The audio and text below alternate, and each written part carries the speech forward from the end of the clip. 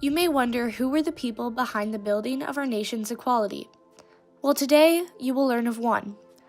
Ida B. Wells was an extraordinary woman who stood up for what she believed in most: equality. She strongly disagreed with the racism happening in her society and set out on a mission to make a difference. Welcome to the story of Ida B. Wells' life and legacy, a story that will display the powerful will and perseverance she held throughout her fight to impact the world. Slavery was the start of it all. Ida B. Wells was born on July 16, 1862 in Holly Springs, Mississippi, born as a slave during the Civil War. She grew up in a world where she was not good enough, only because of the color of her skin. Not only did she suffer throughout her childhood because of her race, but also because of her family. In 1878, Ida's parents and one of her infant brothers died of malaria. She made the decision of taking on the responsibility of raising her other 7 siblings. If you were to look at some of the greatest world impactors, you would find that most of them had tragic and dreadful backgrounds. They had a reason to fight. Ida B. Wells is one of those great impactors. Before her parents died, Ida had enrolled at Rust College, but soon got expelled after getting in a dispute with the university president. A few years later, at the age of 14, Ida began to teach. She continued her teaching in Memphis in 1884 when she moved there to attend Fisk University. She brought her siblings with her so that she could keep caring for them. In 1887, Ida B. Wells had purchased a first-class ticket to ride on the Chesapeake and Idaho Railroad.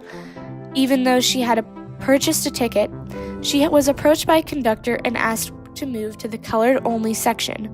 Ida resisted to give up her seat and was then forcibly moved from the train. After this event, Ida was outraged and wrote an article about what happened in a newspaper. In 1889, Ida became an associate of the Free Speech and Headlight newspaper, where she published many pieces about racial discrimination. A few years later, in 1891, she wrote a few newspaper articles about the education of African American children, and her teaching contract was not renewed. After this, she moved from teaching to journalism, writing sections in the Memphis Free Speech. In 1892, Ida found out that 3 of her close friends had been lynched by a mob. Ida was devastated and decided to research and write about lynching. Ida wrote in newspapers and spoke out publicly in many places, including many large U.S. cities and even Great Britain. She wrote about her research finding on why black men were lynched.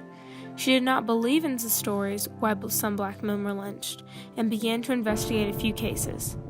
Her findings were very controversial for her time, yet she chose to take the risk of publishing it in a pamphlet and multiple columns in local newspapers. The white people who read this were outraged.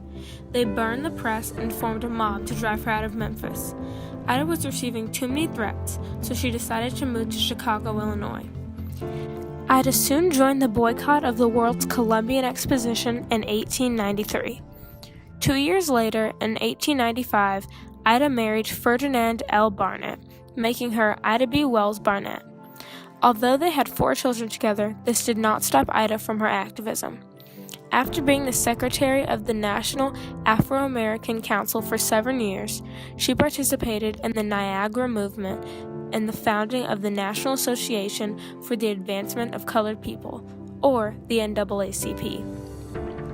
Throughout her later years in life, Ida joined many groups and organizations speaking out against segregation. Ida begins to write her autobiography, Crusade for Justice, in 1928, but it is still not published until 1970, long after her death. In 1930, Ida runs for Illinois State Senate, but she loses and does not get the position. Lastly, on March 25th of 1931, Ida B. Wells Barnett dies of natural causes. She left a major impact on the world of segregation and possibly even promoting others to speak up as well. Without people like Ida, slavery and segregation would never have been as reduced as it is in the world today. Not only did she leave an impact, but she left her legacy as an inspiration and model to others. Her legacy of all of her incredible accomplishments displays to the world the product of hard work and perseverance. Although her legacy has many nuances, she's the most known for her writing and participation in organizations. Ida B. Wells Barnett was truly a hero and an upstander.